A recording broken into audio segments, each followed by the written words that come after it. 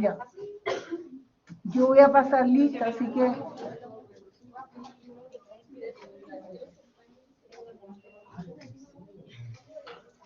Cuando nosotros hablamos de la adenohipófisis, hablamos de la hipófisis anterior. Y entonces el hipotálamo va a producir factores liberadores que sabemos que vía sanguínea llegan a la hipófisis anterior. Tenemos el factor liberador de tirotrofina. Entonces, aquí tiene cómo se abrevia cada uno de ellos. Y los efectos que tiene es activar a la glándula tiroides a la glándula, a la hipófisis para que pueda actuar sobre la tiroides. Y también actúa sobre la hipófisis para que produzca prolactina. La prolactina es la hormona que permite la síntesis de la leche. ¿La prolactina? Sí. Los factores liberadores de gonadotrofina van a actuar sobre la hipófisis que va a producir la hormona folículo estimulante, FSH, y la hormona luteinizante, LH. ¿Cómo era la primera, profe? FSH, folículo estimulante, y LH luteinizante. Las hormonas liberadoras de somatotrofina es la estimuladora de la hormona del crecimiento, porque la somatotrofina es la hormona del crecimiento. La hormona liberadora de corticotrofina va a actuar sobre la adenopófisis y ella va a liberar la hormona corticotrófica. La somatostatina es una hormona inhibitoria y entonces va a inhibir a la somatotrofina. ¿Cuál era la somatotrofina?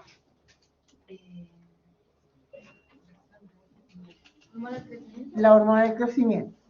Y a la tirotrofina, la hormona que va a actuar sobre la tiroides. La dopamina, que es un neurotransmisor, ¿ya? Va a actuar inhibiendo la producción de prolactina. ¿Ya? Esto lo tienen que saber manejar todo, bien. ¿De memoria? De memoria no, de comprensión. ¿La dopamina qué cosa? Ahí está, mira. ¿Qué hace? Inhibidora. ¿A quién? Inhibe a la prolactina. A la glándula hipófisis para que no produzca prolactina.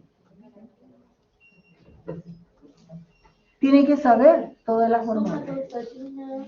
Somatostatina era inhibitoria, inhibe a la somatotrofina. Sí. ¿Y a cuál más? A la tirotrofina.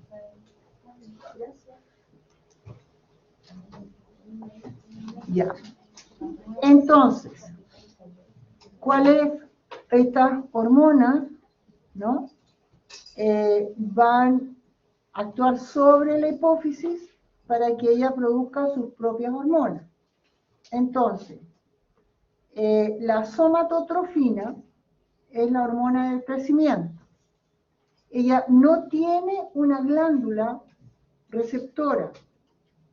Las células receptoras de la hormona del crecimiento están en todas partes del organismo, ¿ya?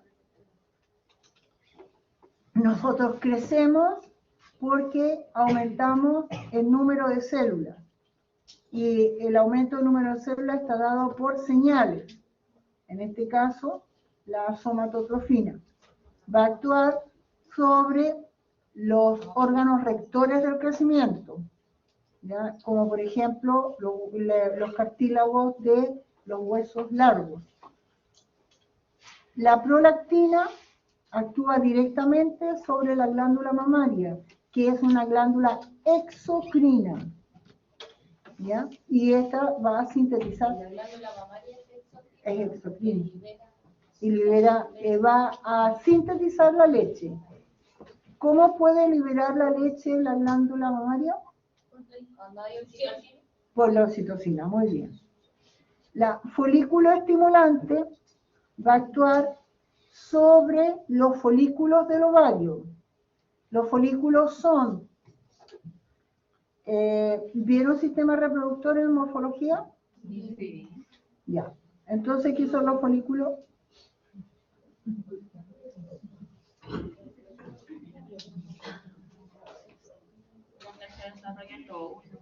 Sí, claro, pero son así como un receptáculo de células donde en su interior están los ovocitos. Nosotras nacemos con los folículos para el resto de nuestra vida. Sí, se van disminuyendo a medida que Van evolucionando para poder producir la ovulación o van como involucionando. ¿Sí? Ya. Y en las gónadas masculinas va a actuar sobre las células de Sertoli en los testículos. ¿Cuáles son las células de Sertoli?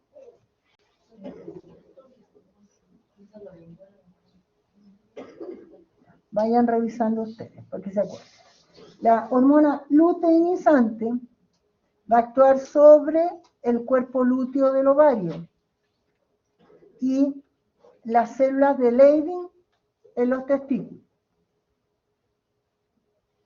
¿Qué hacen las células de Leydig en los testículos?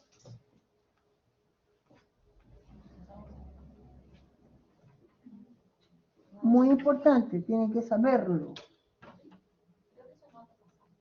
¿Qué producen los testículos? ¿Qué hormona? ¿Ah?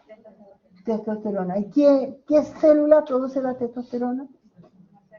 Las células de Leydig. ¿Ya? Muy importante. La adrenocorticotrofina o adrenocórtica va a actuar sobre la corteza de la glándula suprarrenal. Corteza. ¿Ya?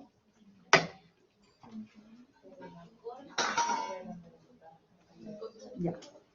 Entonces, bueno, aquí ustedes tienen un esquema de lo que acabamos de mencionar. Vamos a ver la prolactina. Profe, una consulta, Dime. pero no referida a la materia. ¿En el taller vamos a revisar las pruebas? ¿O no? ¿Qué prueba? Sí, me la quisimos. No hemos revisado la prueba. No. Ah, es que como todo ha sido tan irregular, ya. No, pues si revisamos la prueba. No, profe, Pero no nosotros. pero no nuestra prueba. Ay, así si como ustedes quieren ver el individual. puntaje, eso es lo que quieren. O ver en qué preguntas nos equivocamos. Pero si por eso hago la revisión en el momento en que ustedes hacen la prueba. Ahí se dan cuenta Pero es que nosotros no dónde nos se acordamos equivocaron. siempre. Cada alternativa que ponemos de la prueba como para saber si esa fue la que sí. No. Bueno, yo les traigo la prueba. Ya. Entonces, la prolactina, nosotros la producimos, y los hombres también, durante toda nuestra vida. Pero la cantidad necesaria de prolactina para producir leche va a estar dependiendo de otras hormonas. O sea, el hombre igual. El hombre puede producir leche, y de hecho hay desórdenes hormonales en la adolescencia y en la andropausia, y hay hombres que producen leche y desarrollan mama. No sé si han visto ustedes hombres mayores que a veces tienen mama más que uno. ¿Sí? Sí. ¿Cómo se llama esa patología? La prolactina. Entonces,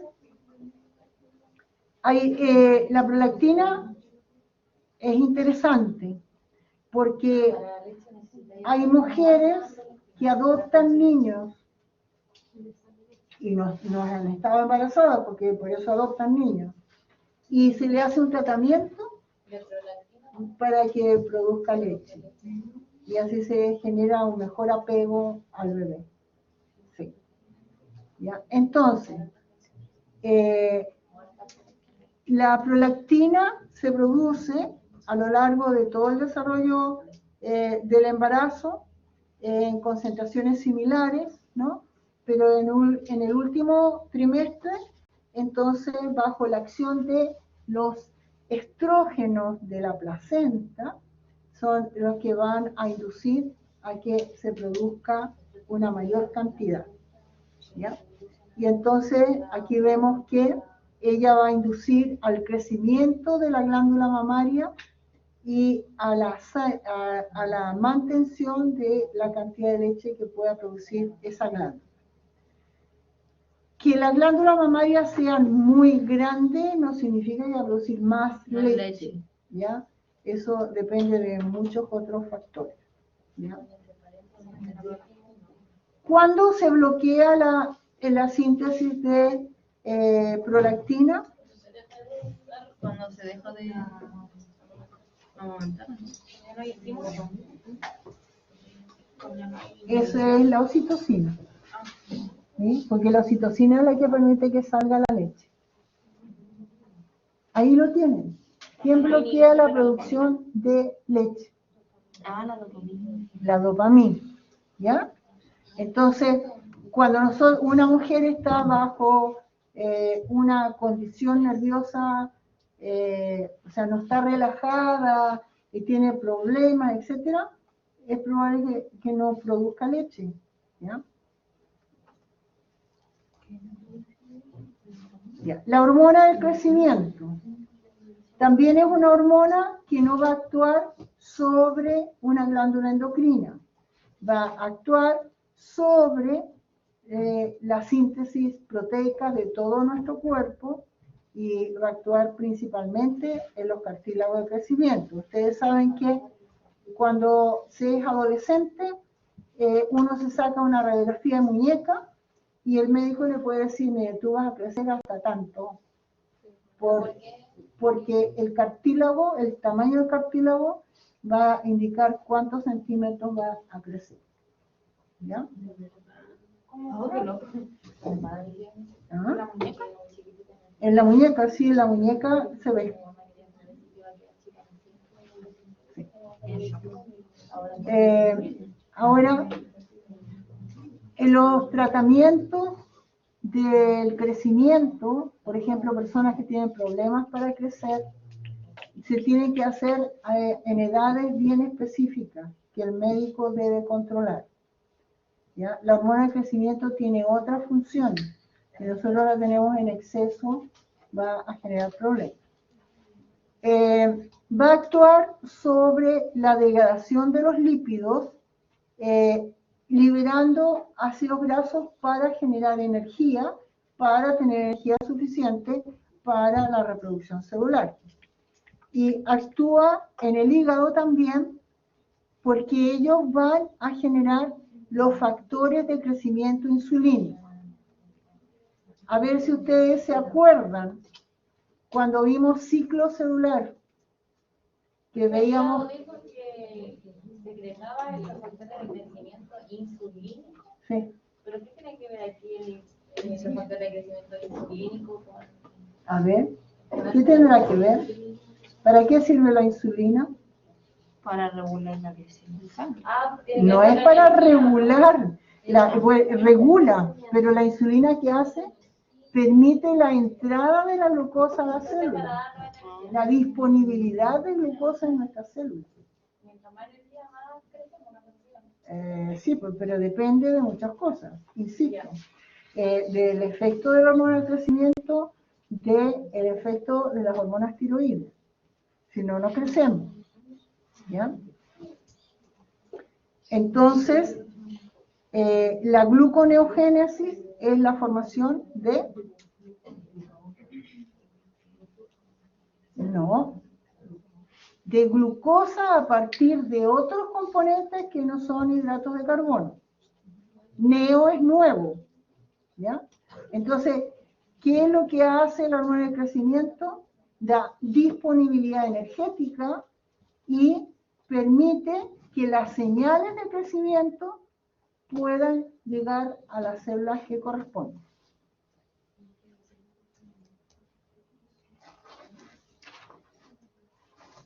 Aquí tenemos la alteración en la producción de la hormona del crecimiento. Entonces podemos ver, en este caso, tenemos un gigante junto a una persona normal. ¿Cuándo se puede producir un gigante? Cuando hay ¿Cuándo? Cuando hay mucha hormona del crecimiento, ¿cuándo? En la época del crecimiento, en el periodo del crecimiento. Porque, veamos aquí hay exceso de hormona del crecimiento y la persona no crece en longitud.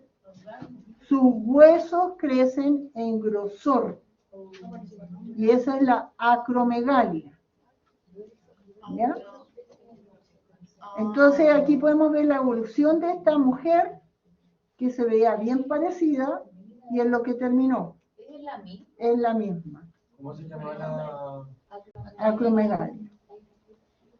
Ya vemos cómo va evolucionando la enfermedad a medida que va pasando el tiempo. ¿Ya? Las manos también crecen, las orejas. ¿Se hacen gigantes también? ¿Es porque se hacen gruesos los huesos? ¿Los qué? ¿Se hacen gruesos los huesos? ¿Pero quiénes? Cuando son así gigantes como la... No, desgraciadamente no. O sea que El gigante ¿Solo se hacen largos? se va creciendo y crece como crecemos todos.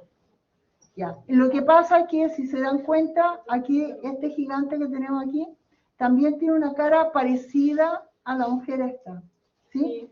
Porque esa persona no fue controlada. Y entonces durante su adultez siguió teniendo exceso de hormona de crecimiento. Y ya, como ya no tenía cómo crecer, en longitud crece en grosor. ¿Ya? Entonces, el exceso de hormona de crecimiento en la adultez produce acromegalia. El exceso de hormona de crecimiento en el periodo de crecimiento va a producir el gigantismo. ¿Ya? Yo tuve la oportunidad un día, llevaba a mi hijo al médico y se puso delante de nosotros un muchacho que era mucho más alto que yo, y le digo yo, esto es para los niños. Sí, me dice, es que yo tengo problemas de crecimiento. Pobrecito. Porque lo pasan súper mal. Porque el organismo no está preparado para tener esas dimensiones. Profe, y en ese caso, ¿qué tratamiento sirve para frenarlo? Generalmente, cuando hay gigantismo, se opera la hipófisis. Ah, ya. Sí. De la única forma que se puede controlar. Ya. Por otro lado tenemos el enanismo. Si ustedes se dan cuenta, estos enanos no son como el de Juego de Tronos. Tiene todas las dimensiones de un adulto, pero todo es chiquitito. Las proporciones son las mismas. ¿Ya? Y hay un cómico aquí en Chile que tiene ese tipo de enanismo. Es Miguelito.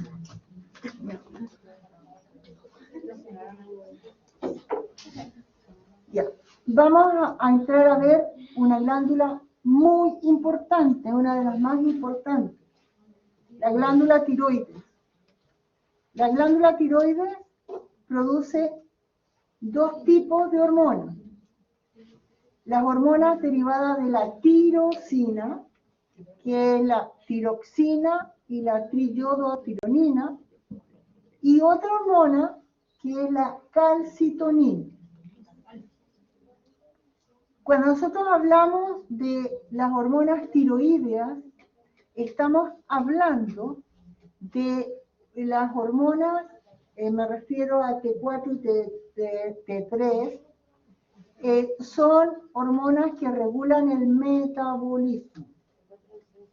¿Ya? Entonces, habrán escuchado ustedes decir, ay, que tengo un metabolismo muy bajo, o mi metabolismo es alto. Las personas que tienen un metabolismo bajo es lento. ¿Profe, que había dicho de la T3? ¿Ah? ¿Que había dicho de la T3? O sea, que regula. No, a ver. Cuando nosotros hablamos de tiroxina, se llama tetrayodotironina y está formada de de muchos otros átomos, pero lleva 4 átomos de yodo. La triyodotironina lleva 3. Para que sea activa en nuestro organismo, la T4 se transforma en T3. Y de esa forma actúa. ¿Sí? Pero cuando a nosotros nos hacen los exámenes tiroideos, nos mide la T4 y la T3. Porque a partir de la T4 se va a formar la T3. Entonces es importante saber cuánta T4 tenemos. ¿Ya? Entonces, se me fue lo que les iba a decir. Estábamos hablando del metabolismo lento, Ah, el ya, rápido. eso, justamente. Cuando nosotros tenemos niveles muy bajos de este tipo de hormonas, entonces el metabolismo se hace lento. ¿Qué significa eso? Que los procesos químicos en nuestro organismo se hacen muy lentos y se guarda energía. Todo el tiempo se está guardando energía. En sentido contrario, cuando nosotros tenemos un exceso de esta hormona, vamos a liberar toda la energía de nuestro cuerpo. Y entonces vamos a ver personas que son hiperkinéticas, irascibles totalmente, siempre sufren de calor, haga frío o calor, siempre sufren de calor. Y se comen el mundo y no engordan un gramo. Yo. Cuídense. ¿Ya? Ya. Entonces, ese es el metabolismo alto. ¿Sí? Ahora, Cuando tiene metabolismo alto es porque tiene alta T3 y T4 y lento es porque tiene poca T3 y T4. claro. O sea, poco es hipotiroidismo y mucho hipertiroidismo. Dime. Hipertiroidismo que está asociado a veces con el cáncer, ¿no? ¿Con cáncer?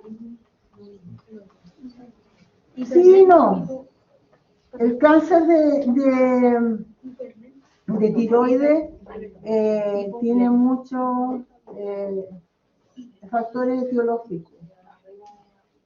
¿Ya? Lo que pasa es que cuando hay unos hipertiroidismos es que forman el bócio y ese es el crecimiento normal de la glándula, tú tienes y te controlas. Es que cada vez que me hago los exámenes, nunca me parece que tenga problemas, supuestamente. Pero yo tengo... A ver, me deja de escuchar que no escucho. Y yo cada vez que me hago exámenes, porque me lo hago hace ya muchos años, nunca me parece que tenga algún problema en la tiroides, pero yo tengo el bócio, a mí se me nota bastante. Sí. Y nunca me han dado algo que hacer, entonces voy, me hago los exámenes y aparece bien. Que el número o sea, la cantidad de hormonas está normal. Sí, a veces, o sea, en el último examen, no me acuerdo cuál era, pero aparecía un poquito más alta de lo normal. Y yo consulté y me dijeron, no, es normal. Y si está sobre los niveles normales, no creo que sea tan normal. No, yo creo que tendrías que cambiar de médico. Porque ya he pasado por varios médicos, de hecho siempre voy con resultados nuevos a otro médico, porque si me dicen que está normal todo, prefiero consultar con otro. Sí. Pero si llegan todos a que no está normal, no pasa nada. Porque aquí las mismas profes me dicen, sí, tú tenías un problema de la tiroides, pero ningún médico me dice que sí. Hermano. Eso se nota bastante detenida. Y tú cuando vas al médico le explicas, le dices, mire, me preocupa esto, ¿y qué te dicen? No. Dice, no, eso es gordura. ¿Cómo le dicen eso? De hecho, yo sufro de resistencia a la insulina, entonces dicen, no, es tu gordura. Dicen, no, porque esta gorda tiene el cuello así. ¿Qué médicos tenemos?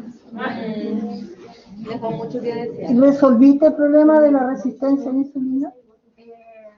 Bueno, con dieta y Saxendra, que es una inyección. Y con eso me estoy tratando, pero dentro de todo no tengo otro. Pero, Como con dieta y una inyección. pero tus niveles, ¿cómo están ahora? Tengo que ir a hacerme el control de nuevo de los niveles de insulina. Tienes que ir al médico, muy importante.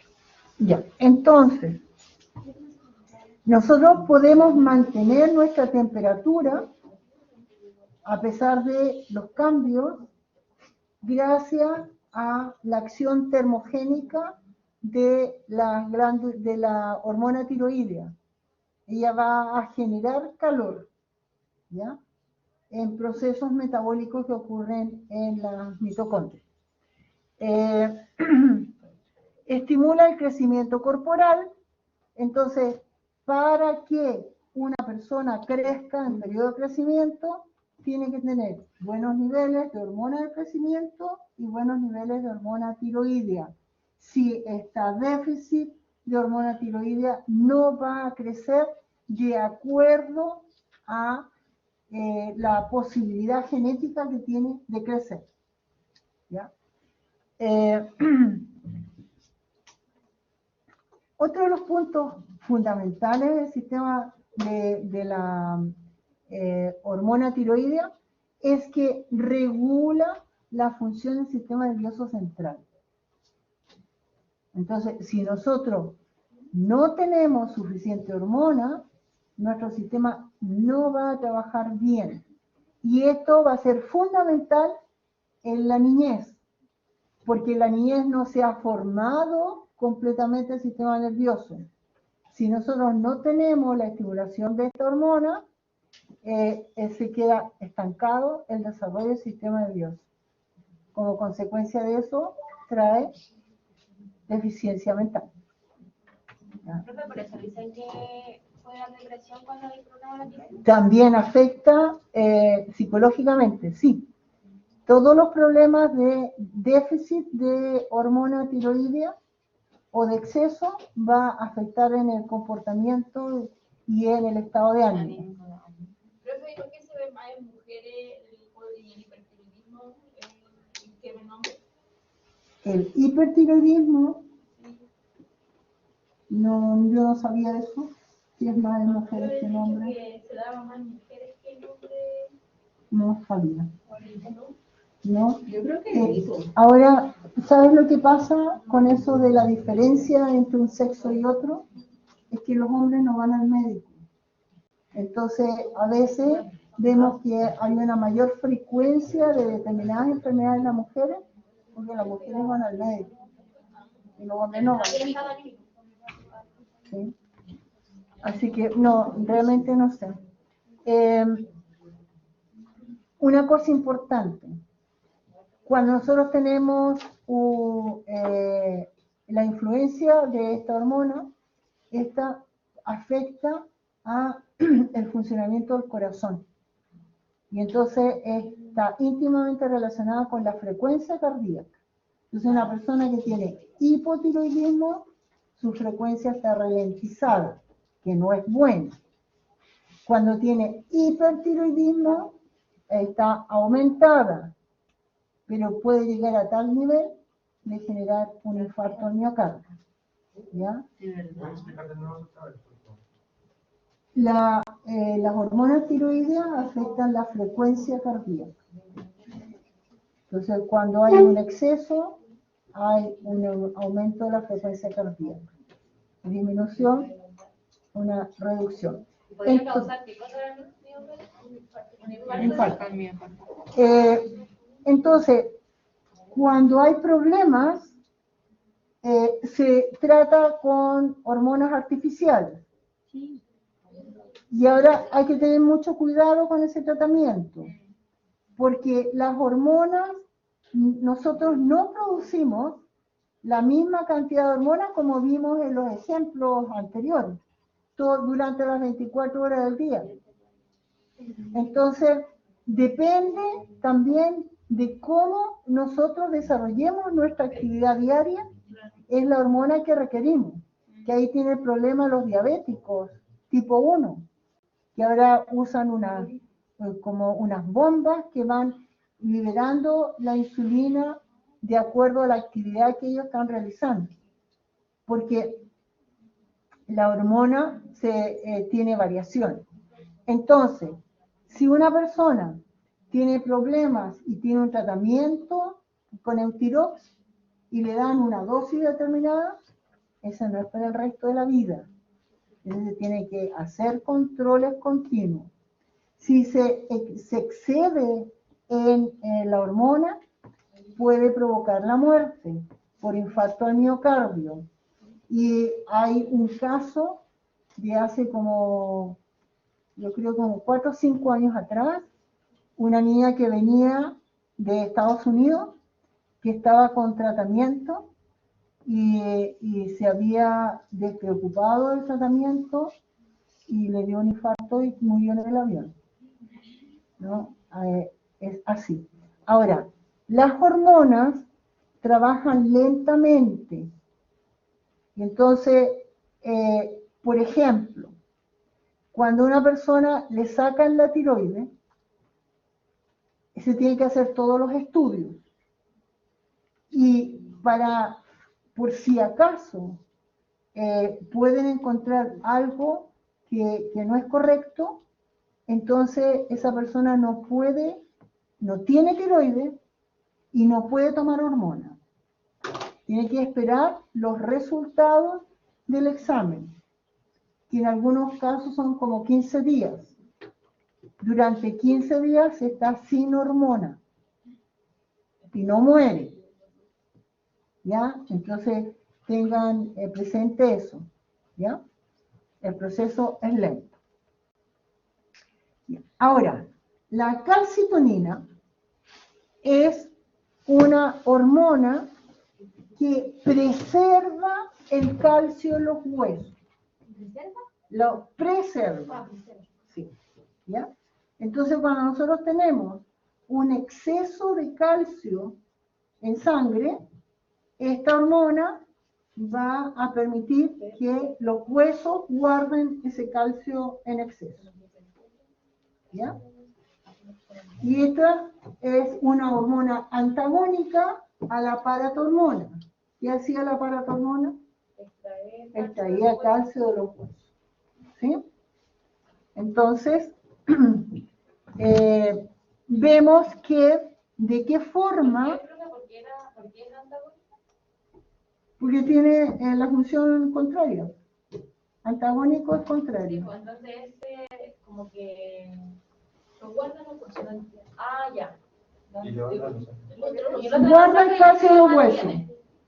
Y el otro quita el calcio de los huesos. ¿Ya? Entonces, para guardar el calcio va a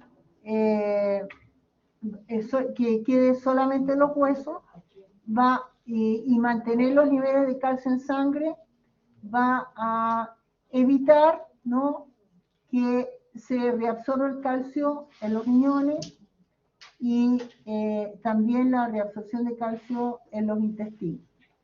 ¿Ya? Y de esa forma se mantiene los niveles de calcio en sangre. Entonces, la acción de la hormona tiroidea va a regular el metabolismo. Si nosotros tenemos un buen funcionamiento de esta hormona, nuestro metabolismo no va a ser ni lento ni rápido. Facilita los procesos mentales. Las personas que tienen hipotiroidismo, primero, su metabolismo se hace lento. Segundo, son personas que tienen problemas para expresarse, para pensar, porque su sistema nervioso no está funcionando adecuadamente. Disminuye la frecuencia cardíaca en el hipo, en el hiper aumenta, y va a aumentar el colesterol y triglicéridos en el hipo, lo reduce estando ya presente, reduce el peso normal, corporal, facilita la acción de los músculos y guarda el calcio en los huesos.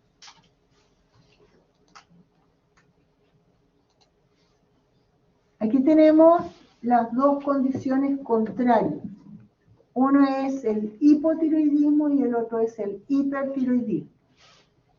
El cretinismo es una condición de hipotiroidismo que lleva a la demencia mental máxima. Forma los cretinos. Hace un tiempo atrás, hace años, había como un insulto a las personas. Decía, eres un cretino. Decir un cretino es el deficiente mental peor que puede haber. ¿Ya? Su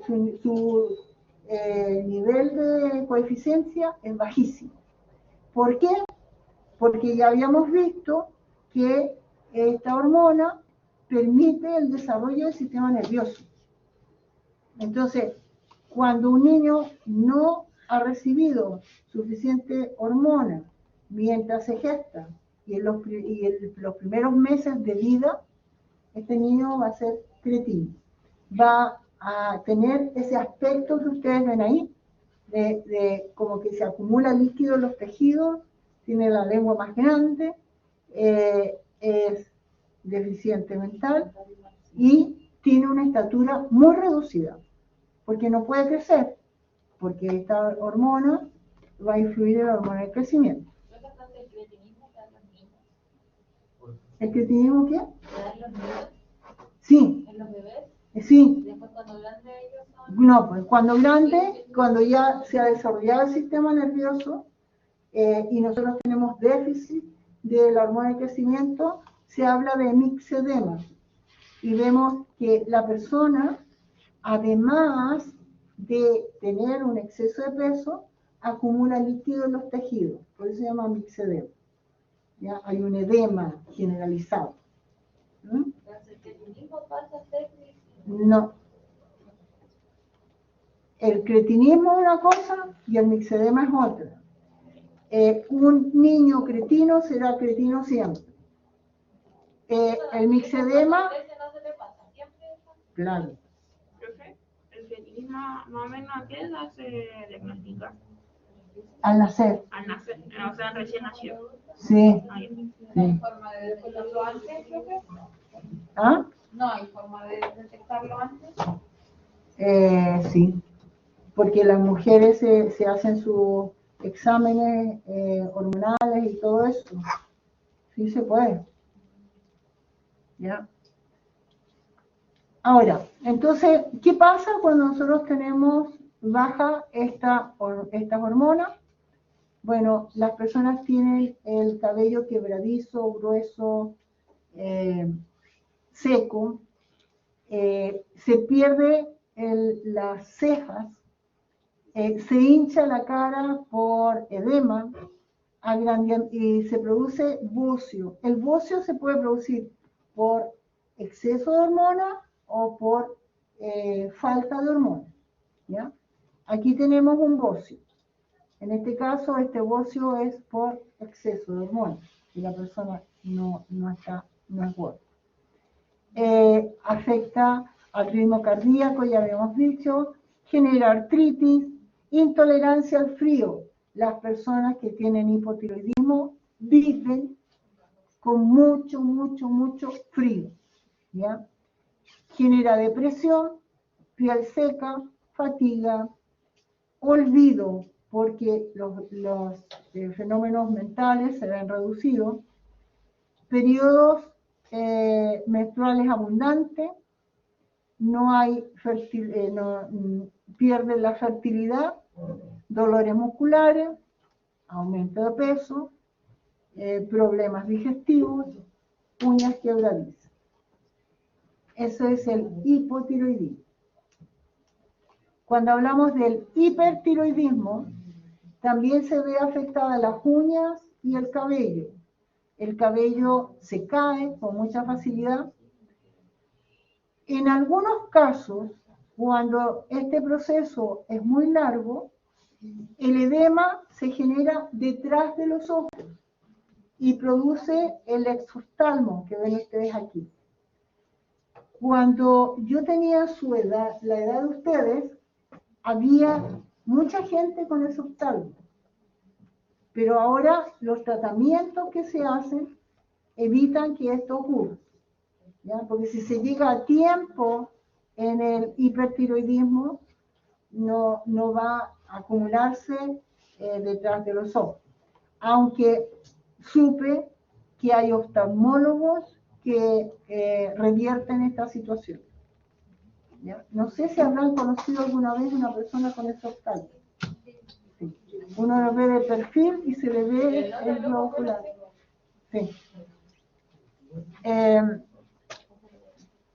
Bueno, se puede producir bocio, hay aumento de la frecuencia cardíaca, son personas totalmente inquietas, por lo tanto van a tener problemas para dormir, son intolerantes al calor, son muy irritables, tienen debilidad muscular, también se ve afectada las hormonas para controlar los ciclos menstruales, pérdida de peso, muchísima, problemas digestivos,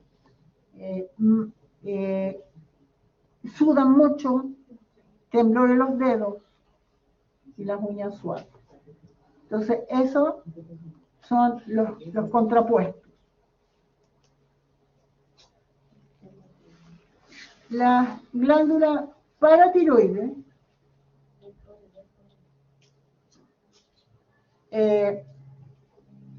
no está controlada por el eje hipotálamo hipofisiario. La glándula paratiroides está controlada por los niveles de calcio en sangre, ¿ya? Y entonces tiene la acción antagónica de la calcitonina, ¿ya? Va a estimular la liberación de calcio de los huesos, estimula la reabsorción de calcio a nivel de los intestinos y de los riñones y activa a la vitamina D, porque la vitamina D es la que va a permitir fijar el calcio en nuestro cuerpo.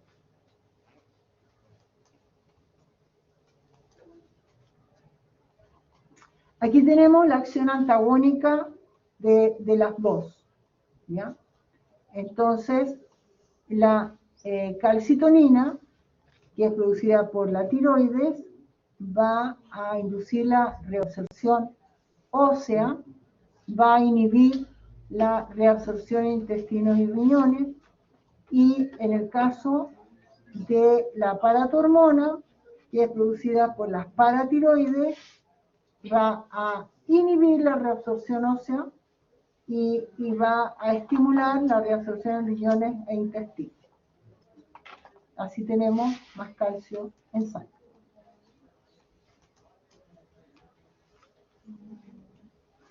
Ahora vemos esta glándula que es compleja. Ya la hemos mencionado anteriormente. La glándula suprarrenales tiene una corteza, que es la que nos va a preocupar ahora en este momento, y tiene la médula. La médula, algunos autores la consideran dentro del sistema nervioso simpático. No vamos a hablar de eso. En la corteza, nosotros vamos a encontrar diferentes tipos de células. y hablamos de diferentes zonas de la corteza. Y entonces, de acuerdo a las zonas, vamos a encontrar la diversidad celular y la producción de diferentes hormonas. Aquí hay un corte histológico de la corteza suprarrenal. Entonces, ya eso habíamos hablado. Y aquí podemos ver de estas diferencias celulares que van a producir. La parte más externa de la corteza, vamos a encontrar estas células que forman la zona granulosa, glomerulosa. Producen glomérulos, o sea, se forman como ovillos de células, ¿ya? Esa va a producir aldosterona. Hombres y mujeres producimos aldosterona y desoxicorticosterona. Entonces, la aldosterona va a funcionar en conjunto con la hormona antidiurética. La aldosterona trabaja cuando los niveles de sangre son muy bajos, la presión sanguínea es muy baja, ¿ya? Zonas fasciculadas, vamos a tener, aquí se va a producir el cortisol, que es la hormona que nos protege del estrés crónico, ¿ya? Nos protege, ¿sí? En la siguiente, la zona reticular, vamos a producir dihidropiandosterona y androstenediona, ¿ya? Estos van a dar origen a la testosterona. Hombres y mujeres producimos testosterona, ¿ya? Entonces, por eso es que cuando las mujeres entran en menopausia, ya no se producen las hormonas femeninas, entonces salen a reducir los efectos de la testosterona. Y entonces, ¿qué pasa cuando una mujer entra en menopausia en general? ¿De cómo? Se corta el ciclo menstrual. Ah, no, sí, claro. Dudan mucho. ¿Ya? Pero cambian, a veces cambian el carácter. Salen vellos donde antes no le salían. Adquieren determinadas características masculinas. Los cambios de temperatura corporal también, ¿o no? Sí, eso los bochornos, pero eso es otra cosa. Porque se está declinando todo el sistema hormonal y entonces a veces se produce mucho estrógeno y a veces se cae. Cuando se produce mucho estrógeno hay un calor enorme. ¿Sí? Entonces, importante eso. Y bueno, en la médula van a tener la adrenalina y noradrenalina. Ya. La adrenalina no la vamos a ver porque esa la vimos en el sistema autónomo. Pero importante que vean cuáles son las variaciones de la adrenalina y noradrenalina en diferentes condiciones fisiológicas. ¿Ya? Entonces vemos, si nosotros estamos relajados, vamos a producir poca noradrenalina, pero casi nada de adrenalina que vamos a tener en el plasma. Cuando tenemos hipoglicemia, entonces vemos cómo aumentan los niveles de adrenalina en el plasma. ¿Por qué? ¿Qué es lo que va a hacer la adrenalina? La adrenalina va a actuar sobre el hígado para que el glucógeno pueda disociarse y dar moléculas de glucosa necesarias para aumentar la glicemia. En el ejercicio intenso vamos a liberar grandes cantidades de noradrenalina. El cortisol es una hormona del estrés. Entonces, ¿qué es lo que va a hacer esta hormona? Va a cambiar el metabolismo para que nosotros tengamos mucha energía, mucha glucosa disponible. Y entonces va a incentivar la gluconeogénesis, que es la formación de glucosa a partir de elementos que no son hidratos de carbono. Aumenta los niveles de glucosa y suprime el sistema inmune, y ese es el problema mayor. ¿Qué ocurre cuando una persona tiene alergia muy severa? ¿Qué le dan? Corticoides, que es en forma artificial el cortisol. ¿De verdad? Pero claro, No tenía idea. así que tiene que tener mucho cuidado porque eso lleva muchos problemas. Lo que pasa es que a veces las alergias son tan severas que no hay otra forma de tratarlas, ¿ya? Pero hay que tratar de usar la menos cantidad de cortisol. Artificial. Claro, porque el natural no podemos hacer nada, ¿sí? Entonces, las personas que están tomando corticoides están inmunodeprimidas. Por lo tanto, se van a resfriar, a enfermar a cada rato. Sí, perfecto. Yo en la época de primavera me da alergia estacionaria. La verdad es que paso resfriada porque me da corticoides. Claro, Y aparte me siento súper cansada. Y de hecho me han tenido que cambiar varias veces las pastillas porque al principio me daban pastillas que me daban mucha turbulencia. O sea, no podía mantenerme despierta. ya. Esos son los antihistamínicos que te dan. Entonces después me lo empezaron a cambiar y ahora recién, hace 2-3 años, me pudieron como encontrar la pastilla ideal para que aparte de la alergia me disminuyera y no anduviera durmiendo a cada rato. Claro, sí. Bueno, afortunadamente se han desarrollado varios antihistamínicos ahora que no producen tanta somnolencia. Por ejemplo, dicen que cuando te pica una araña rincón o cosas así, igual te ponen corticoides. Así, pero ahí te colocan adrenalina, corticoides, 20.000 cosas, eso tienes que hacerlo, ¿ya? Porque ahí se produce una inflamación excesiva. Entonces tiene que controlar la acción del sistema inmunológico en la zona para poder facilitar, ¿no?, que se disperse el veneno o que se pueda extraer, si es que se puede extraer. Sí. Bueno, los andrógenos que se producen en las glándulas suprarrenales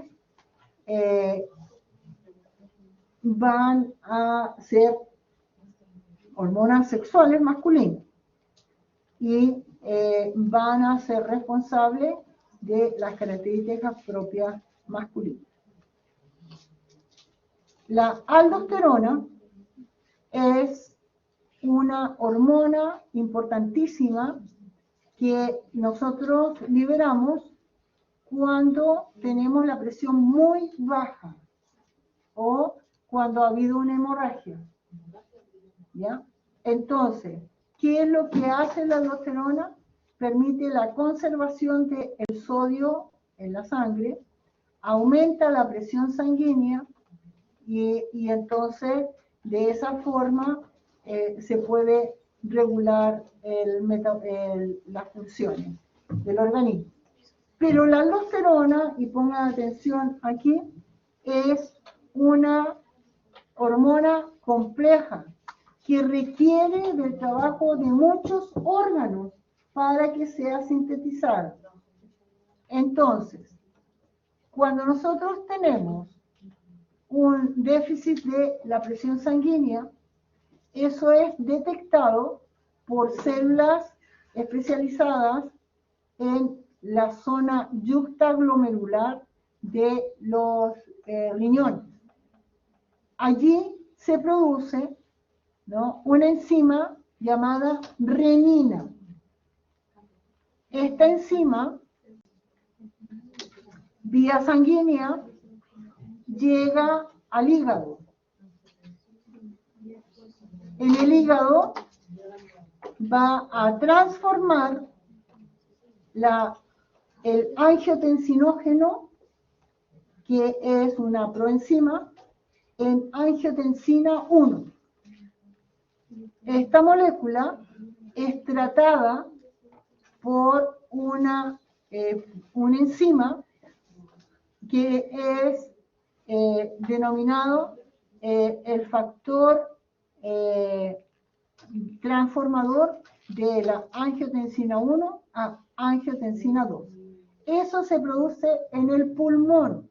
Entonces, hasta ahora tenemos riñones, hígado y pulmón. Y entonces allí se va a transformar en angiotensina 2.